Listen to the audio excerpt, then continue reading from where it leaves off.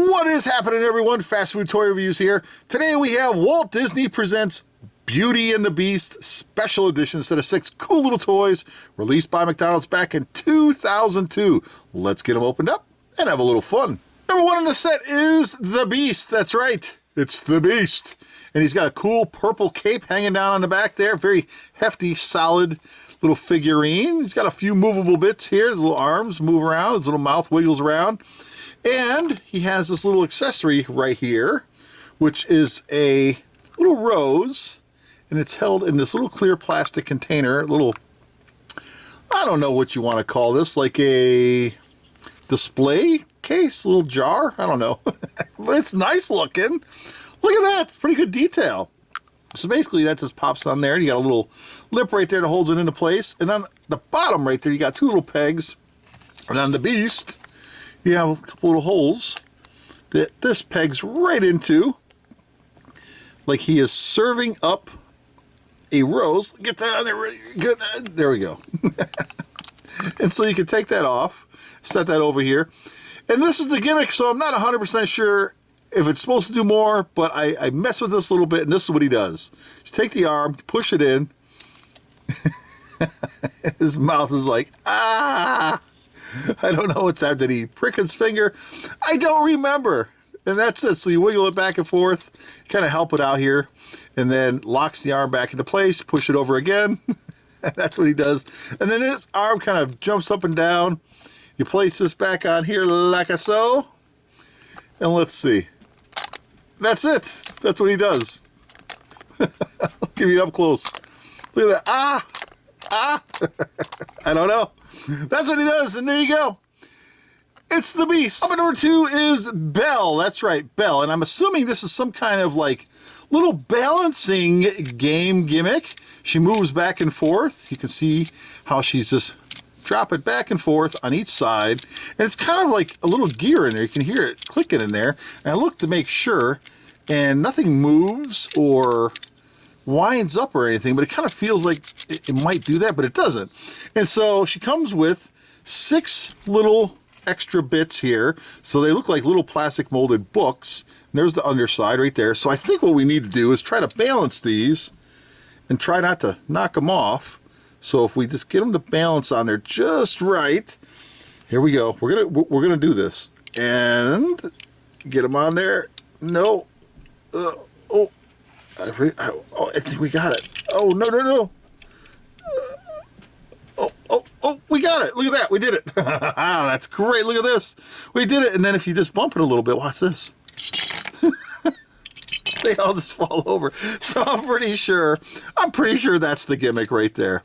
So there you go, everyone. It's Belle.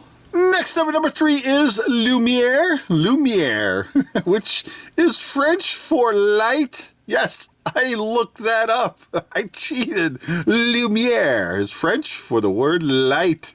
Very interesting. So you can see he's got a little gimmick right here. It's his mouth and his eyeballs. Look at this little spring loaded in there. So you push this up like that. Now his eyes are closed. His mouth is shut. And he has a little candle cap right here. It's like a little hat. And it's attached to a string. And what you do is you flip this around and try to get this to land on top of his head right here. Let's see if we can do it. Come on. We can do it. Oh, we bounced it off. You can see what happens when you land it on there. So we lock it into place. And then when you flip this on here and you get this to land, watch his eyes. Ah! He's shocked that you actually got it on there. Let's see if we can actually do it. Come on. We'll spend a few seconds here trying to get this on there and look like a maniac doing it. Come on. All right, I'm going to try. I'm trying so hard. It just keeps spinning and flopping and getting tangled in his arms. And get up there. No, I can't. Oh, good stuff. Oh, what can you do? So there you go, everyone. It's Lumiere. Number 4 in the set is Cogsworth, and this one's a little bit finicky, but cute nonetheless. So it is a magical talking type animated clock. And on the back here, you have an up and down little switch and a little dial that's a little bit finicky. It wants to wind and not wind. I don't know what's going on with it.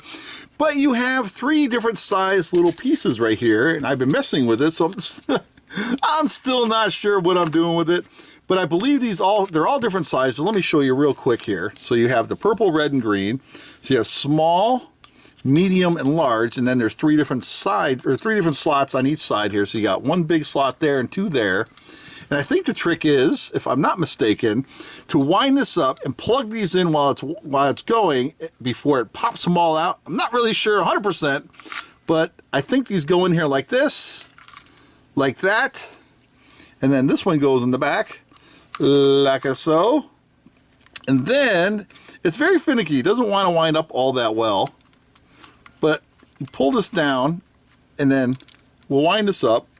And I think it's getting stripped in there, so it doesn't wind all that well. And I think what ends up happening, it's supposed to, like that, it's supposed to pop them out. But I think the wind-up feature is kind of seen better days, unfortunately. So it kind of wants to wind up a little bit. Let's see if we can take our time with it, wind it up. But I think it's stripped in there. And it wants to go one way, but not the other. And oh no, I think it might be malfunctioning, but you can see what it looks like there, and I believe that's the gimmick. I think what ends up happening is you wind it up, it starts going. With this little switch, you turn it on, and then you plug these in, and then they all just burst out of there and shoot all over the place. I'm pretty sure that's how it goes, because it kind of was doing that when I first started messing with it, and then it stopped working properly. And I think that's because this wind-up gimmick isn't working the best. See?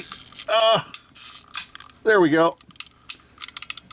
So it's going the other way, but it doesn't want to go clockwise the way it should. But I think you get the idea.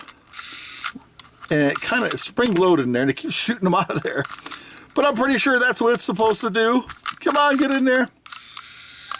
Get in there. Okay, that's all right. It's still a fun little toy, so if you can get one of these that actually still functions, unfortunately mine does not function, probably due to the age of the toy. These things, the plastic in these, doesn't hold out that well. So once these things get to be about 5, 6, 7 years old, it deteriorates in there, especially with the little, they usually put oil in there. So just to give you a little heads up, for the little gears and stuff to keep them functioning, and then that oil actually corrodes the little gears and such in there. And you really got to get lucky when you pick up these sets. But that's it. So there you go. It's Cogsworth. Next up at number 5 is Gaston. It's a Gaston. That's right. Gaston. No, it's not Spanish. That's Italian. It's French. What am I doing? This is crazy. Oh, I'll get it together. So this is a cool little solid, hefty little minifigure. It's solid. These toys are pretty solid in this set. Very heavy toys. So he's got a couple of moving bits so you can move him here at the waist. So give him a little spin right there. And you can rotate his head a little bit. Give him a different look if you'd like. So we'll just leave him right there. And he's got 4 little pieces. And this is a target. So all you do with this is place it on the base. Like that, just rests in there. Doesn't matter which way you put it. We'll set that right there.